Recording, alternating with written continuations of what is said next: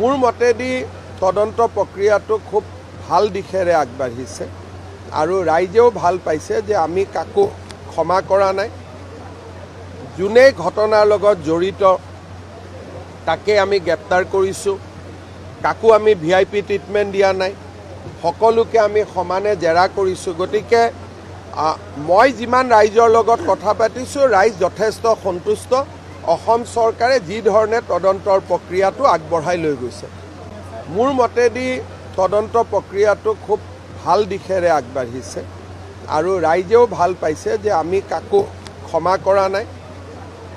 যোনে ঘটনাৰ লগত জড়িত তাকে আমি গ্ৰেপ্তাৰ কৰিছোঁ। কাকো আমি VIP ট্ৰিটমেণ্ট দিয়া নাই। সকলোকে আমি সমানে জেৰা কৰিছোঁ। গতিকে মই যিমান ৰাইজৰ লগত কথা পাতিছোঁ, ৰাইজ যথেষ্ট সন্তুষ্ট। অসম চৰকাৰে যি ধৰণে তদন্তৰ প্ৰক্ৰিয়াটো আগবঢ়াই লৈ